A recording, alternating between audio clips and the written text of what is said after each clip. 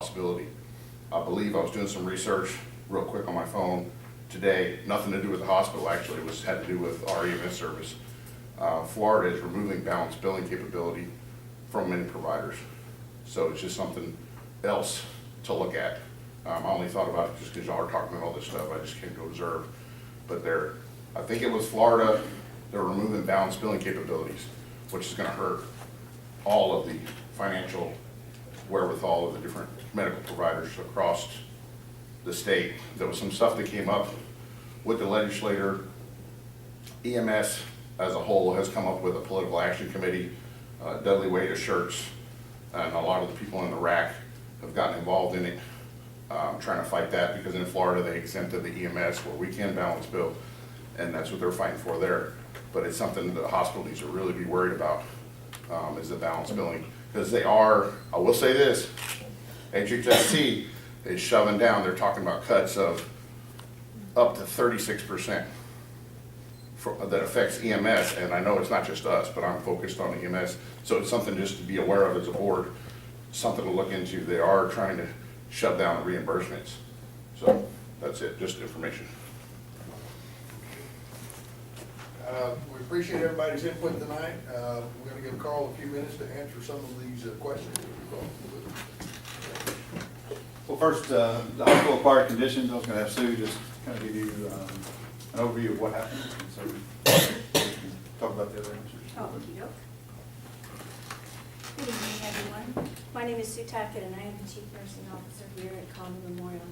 Just want to share with you a little bit about the hospital-acquired conditions. The article that you're referring to that came out in the Dallas Morning News, it's comprised of two different domains, and I just wanted to share a little bit about how those numbers are arrived at.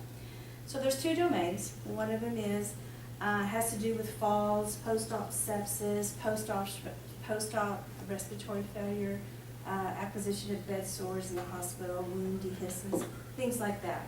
That makes up 15% of the hospital-acquired condition scores. And then there's the domain 2, and that is your C. diff, your staph, your rate of staph infections, your CODIs, we call them, if you develop a urinary tract infection while you're here in the hospital, if you develop a bloodstream infection while you're here in the hospital, and surgery site infections. And that comprises 85% of the total score. So for a grand total of 100%. So we, in the numbers that you're referring to, we did have a few incidences, but being that our numbers are small, our N is small, it makes everything look skewed. So I guess one of the messages I want to bring today is, please don't think that this hospital is just overrun with infection and overrun with causing bed sores and this and that. It's our numbers. We've had a few incidences, and we have worked very diligently to correct those. But because our numbers are small, it makes those be inflated.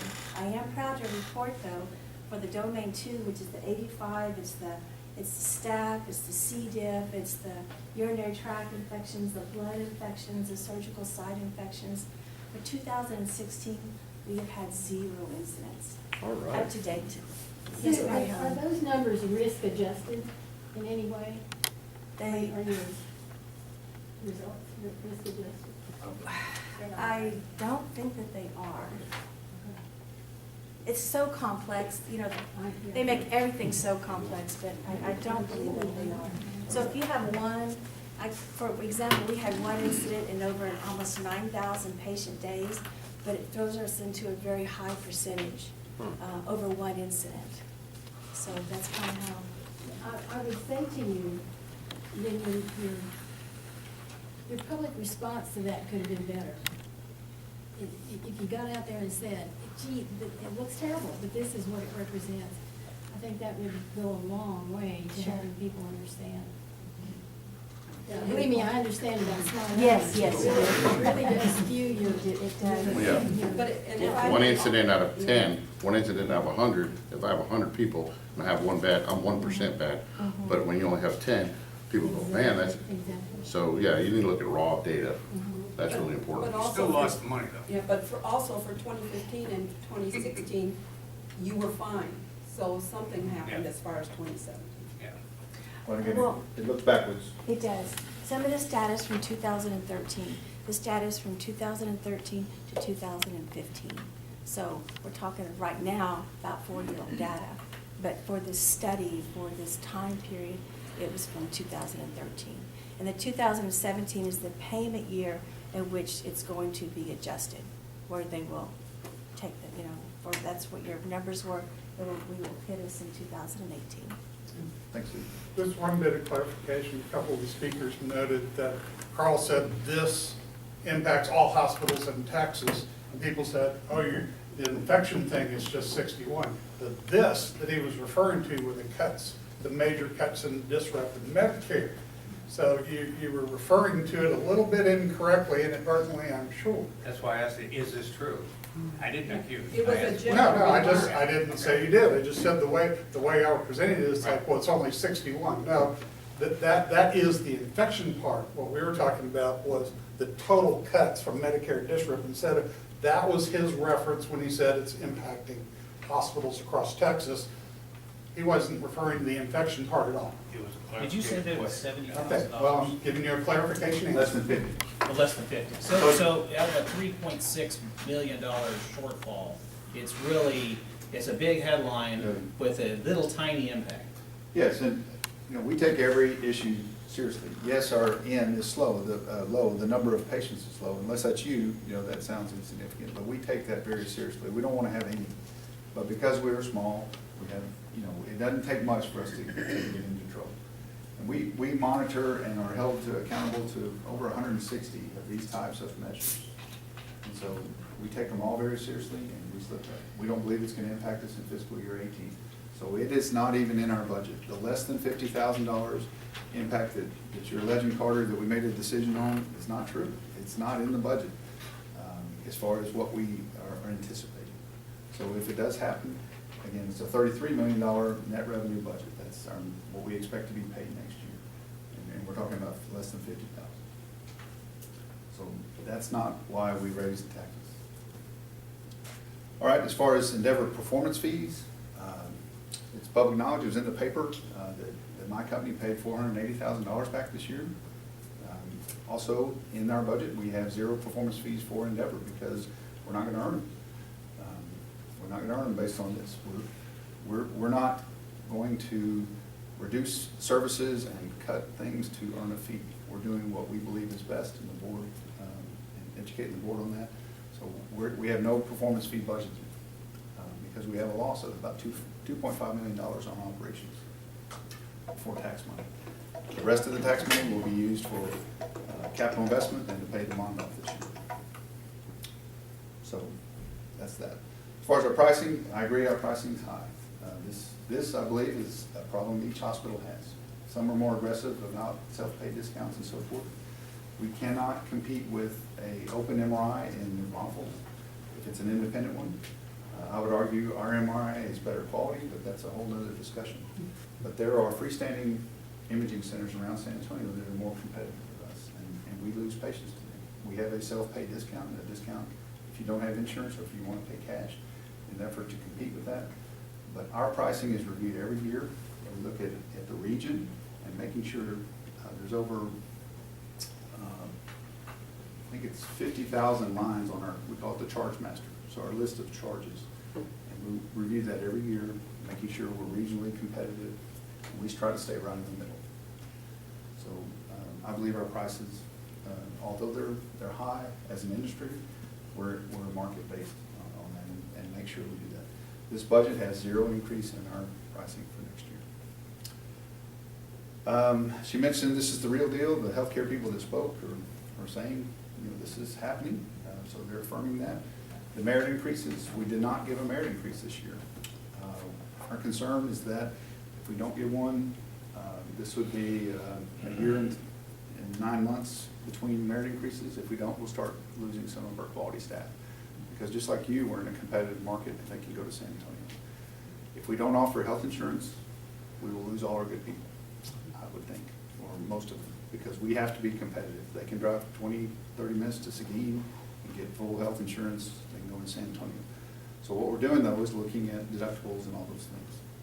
This past year, as I mentioned, we didn't change anything and we kept their rates the same. We're not gonna be able to do that. As far as the personal policy, yes, Paul? I have a question. And I don't know, is Seguin a tax-based hospital also? Yes, they're a quasi, they're government and county, but. What's their rate versus ours? I can find out. Yeah, we If have- they're paying a lot more, their citizens are paying a lot more. Yeah. Reduction in personnel, yes, we staff our areas to standards. These are standards that Endeavor brings. We monitor that every 2 weeks, and we are hitting those standards with a few exceptions.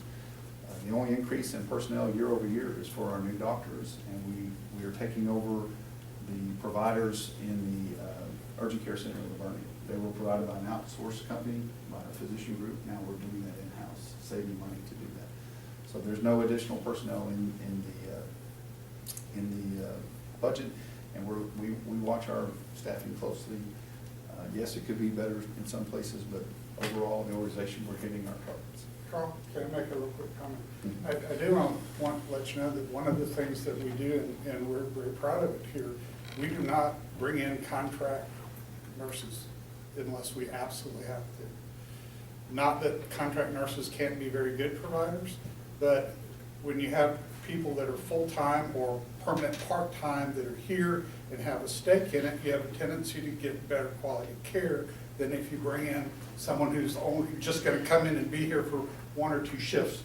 They might be great, they might not. The one thing is that they don't have a stake in the place here. So we have made a big effort to not bring in contract nurses, because our focus has been quality of care.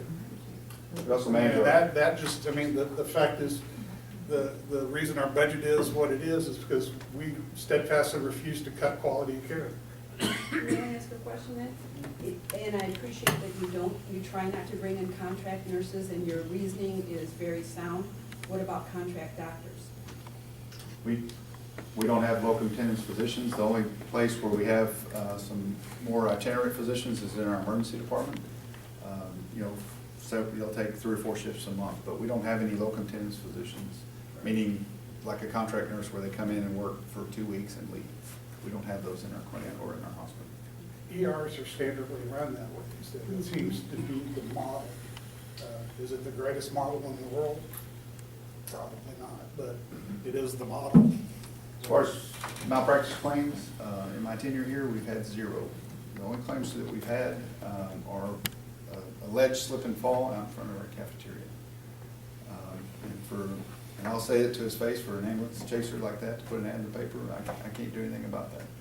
But that's what that is somebody's trolling for problems and based on the information they've seen. I'm very proud of the quality that we provide. I'm very proud of our staff here. I would match our nursing care and our physicians up against anybody in San Antonio. We do good care here, and our malpractice history demonstrates that. And yes, we do have malpractice coverage, but we haven't had to use it in over 6 years, and probably before that. Balance billing impact, Paul will look into that. I haven't heard anything as far as the state where that's going to be an impact. And then the EMS tax rate versus tax increase versus now. As I said, all those things that I listed were recent developments within the last 4 months. And they are impacting not every hospital. Not every hospital is a low volume hospital, but it's not, we're not the only hospitals that are getting these impacts. There are categories of different funding for different types of rural hospitals. Yes, sir. I want to add one thing on a positive note, and Sue knows me well. My mother-in-law, 92 years old, has been staying with my wife and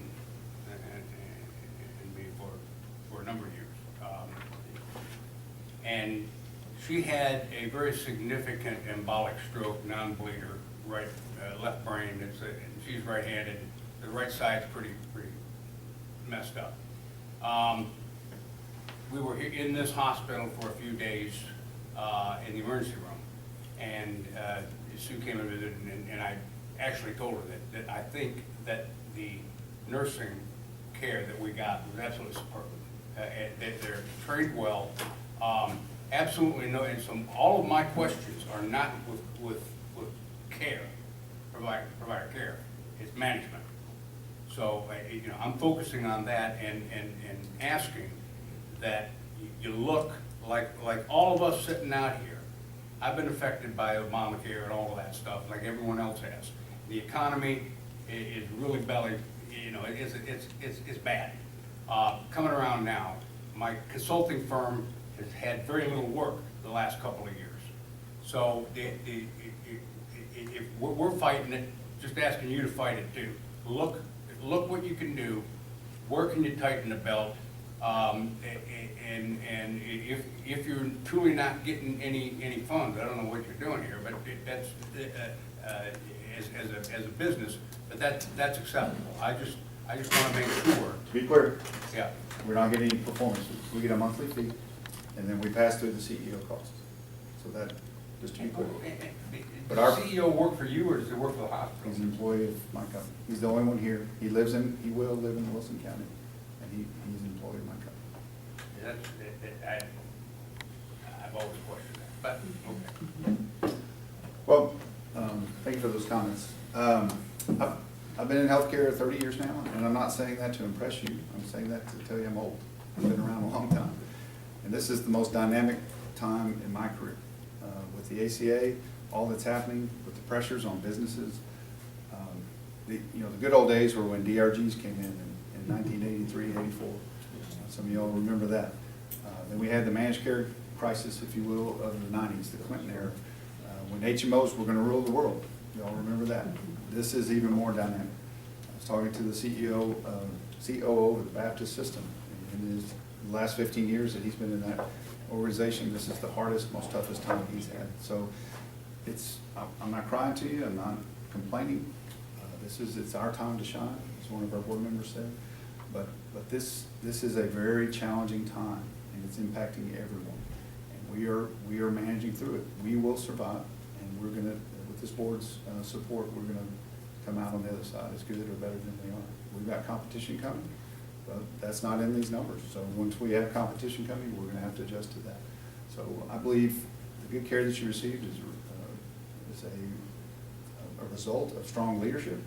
Sue Tackett and her team didn't happen by accident. And so we've been here 6.5 years, and we're very fortunate. We're very thankful for that. And I believe we've done an outstanding job over that period of time. Yes, sir. I just have one question. I appreciate what you guys are going through, and I'm the same way. I have no dog in this fight. I'm not here to badmouth the hospital. I think we need a good hospital. I think you provided some great care for some great people. I think my only question would be, and this is to the board mostly, not to Endeavor, if you were facing these budget cuts today, and you did not have the safety net of a taxpayer, what would you do? A simple question. Every company goes through that. You know, my company did it several years ago. We all had to take some pay cuts for a period of time. We all had to give up on moving on health care. We all went through that. And I think that's just a question that all the taxpayers are asking of you, to say, hey, we're facing tough times, we all agree on that. How can we get there without having to go to a much higher tax rate? There was one question that I asked I don't think was answered. Not to beat a dead horse, but I understand where we are. Has the board, not an Endeavor question, has the board looked at the model where the CEO works for you, no other monthly fee, just the CEO salary? Endeavor is would be a headhunter for you. Finds the person, does the background, you do the interviews, you hire, they now are on your payroll, and Endeavor goes away. With that, have you looked at that in this budget, and if not, why not? We have looked at that. Okay. We have explored that, and, you know, it's cost versus benefit, and we determined the benefit was greater than the cost was gonna be. And that's a discussion for another time because it's lengthy. But to answer your question, I think we're in the process of trimming this as much as possible. This was a huge deficit that we're looking at. okay? And it's a very small increase when you look at the total tax dollar increase compared to the deficit, it's very small. I mean, we're looking at about a $400,000 increase compared to a $3.6 million deficit. So, and we're still gonna be fine, okay? We've got some reserves set aside to take care of those things. But if we were going, if we had no tax base, what would we do? We would have to drastically cut services, and we'd have to drastically cut quality. And I do not think the citizens of this county would appreciate, you know, much less quality and a huge cut in services. We can get through this. It's gonna be a little bit of a tax increase, and we can get through this without cutting the quality of our service. And I don't think that would do anybody any good to cut that quality. And without cutting a lot of services. You know, there are some things that a county hospital does that is never gonna make money. Now, should we cut all those services? I mean, you know, we have to deal with indigent care and those type of things. Should we turn those folks away? We can't do that. And that's part of the bottom line. That's part of the loss on the bottom line. So we have to manage those losses and still try to put forward a quality product. You know, what this board is dedicated to and always has been dedicated to is put a quality product out there. If we do that, we feel that the rest of it's gonna take care of itself. So we strive every day to put a quality product out there. I think the county citizens, myself as a citizen, that's what I want. You know, we can't do everything. We'll never be brain surgeons here more than likely, but the things that we do can be the best, and we strive for that. So we can cut, but if we cut to the point where it's affecting our quality in a big way, I don't think that's a wise decision, and the board has decided not to do that. So We looked at every line of service that we had in detail, every single one. We have some that make us some money, we have some that make us little, some that make us more, we have some that lose us money. But, you know, even in looking at the ones that lose us money, we looked at it and said, well, we didn't feel like we could cut those lines of service because of the negative impact it would have on those patients. But what we are looking at is how can we do them better so that they no longer are loss leaders. You know, if we can improve them and do them better, then we can get them out of the loss column and at least break even. And, you know, we think it's worth, some of those things are worth doing. We may get to next year and go, we can't abide by these anymore, we're just gonna have to cut them. But who, you know, whatever we cut, we're cutting somebody's care, somebody's access to us, so. As I recall, though, you guys went through a big expansion with the clinics and so forth not long ago, and look at the cost-benefit ratio. Are you getting enough revenue from those? Yeah, that's my question. What did you pay for the building out there? the building, The building. we haven't completed the whole deal yet, but we'll pay about $3.5 million for the building. That's not what I was told. I was told it's more than that. Well, you were Well, told incorrectly. So what is, Correctly. what will be the fine? Do you have that money budgeted to pay for that building? We are So the bonding money, some of so, it. and you're borrowing Wait, some of wait, it? Yes, ma'am. let me clarify something for you now. We were paying rent on that building to the tune of. But you are purchasing the Right, building right. now? Yeah, we were paying rent. The amount that will be paid back on the bonding that we've done is less than the monthly rent by $10,000 a month.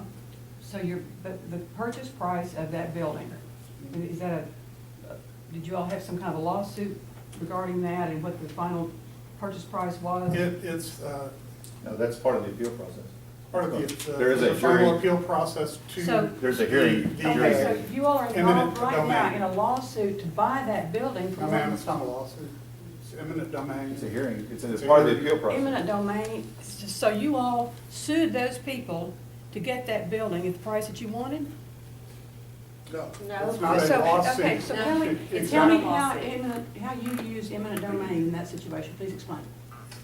We went out and got estimates or appraisals on the building for what the value was. 3 appraisals, 3 different companies. And we presented our price according to what those appraisals were. The building has some damage, and it's gotta be repaired, that was calculated into, you know, the appraisal cost, and we presented those prices. The first offer we got back from the seller was $4 million over the appraised value, which was totally ridiculous. And so we had to enter into the eminent domain process in order to make Which this is, deal. tell me why that's not a lawsuit. Eminent Well, it's- domain? You have to sue, your property gets taken, you have to sue. So it's not them suing why- them, it's the people how who own the does- buildings. how does the You can hospital- call it a lawsuit if you want to, How does the that's okay, hospital man, you can exercise characterize. eminent domain over that building? I'm sorry? How does the hospital have- district exercise eminent domain over that building? We own the property that building sits on to start with. We do not own the building, we do own the land. And we identified community need, and we need to expand that building and add parking and add better approach, and all that was not allowed for under the lease, and so that's why the board made that decision, because the community need that we have was not being met. You go before a And- judge. and you go actually, before ma'am, a there's- That's what I'm judge, saying, you go before a You make your judge. case, and the judge ruled in our favor. Okay, so the final price that you'll be paying for the building, It's not been finalized yet. so the judge has not said what the No, final the price will judge has said the be. price is $3.5 million, it is subject to appeal. So they are appealing it. Yes. And your Hearing $3 in million, January. your budget is $3 million in the red, so while you buy this building, we're paying taxes. No, the people in the county didn't ask to buy that building. Ma'am, You're hitting us for the And we're taxes for that paying less for building. that building to own it than we were paying to rent it. And that's why you elect these folks, because You know, and. we don't and take a vote in the We were county. gonna have to go spend a bunch of money to fix somebody else's building so we could use it. So we decided that we should buy it instead and save $10,000 a month on our rent. You know, so I'm really sorry if you don't understand that. Oh, I do understand it. No, I don't think you do. I don't think it's been explained very well to the people in Wilson County, to the taxpayers. ma'am, Well, Wait, maybe wait, half. wait. yeah, stop. Any time that anybody wants to come to any of our meetings, they're more than welcome. And we've discussed this, you know, at every meeting prior to the eminent domain process. And we understand that you don't understand it, and it's I not do always, understand it, well, actually. I do. what our reasoning was. But it was all laid out And it multiple wasn't- times in all of the It meetings. didn't happen in one meeting, this process We're took not- a long time, and the numbers. We've been It's talking still about it over a year. Over a year before, we took action on things. And it- I just disagree with that. And- That's what comes. And that is certainly your prerogative. If you go back and read the minutes, we have talked about this for many Well, months. it's just, I think it's a pretty obvious situation that you're gonna spend $3 million over here, that you're $3 million in debt over here, so you're gonna have a bond for this $3 million, and get the other $3 million Well, from the this kind taxpayers, or? of relates to your, this board has done its job and built up enough funds so that we can weather this storm. And so we can take on a greater indebtedness, the banks that are looking at that. So we've done a good fiscal job over the past years. We haven't increased taxes until this year. Last year was for the EMS, and whether you agree with that or not, I believe that's a true statement. So we have a rainy day fund in order to survive this. The board has made a decision to not tap into it as much as needed. We tapped into it this year. So because of what we've done fiscally being responsible, we have the funds to do what you're talking about.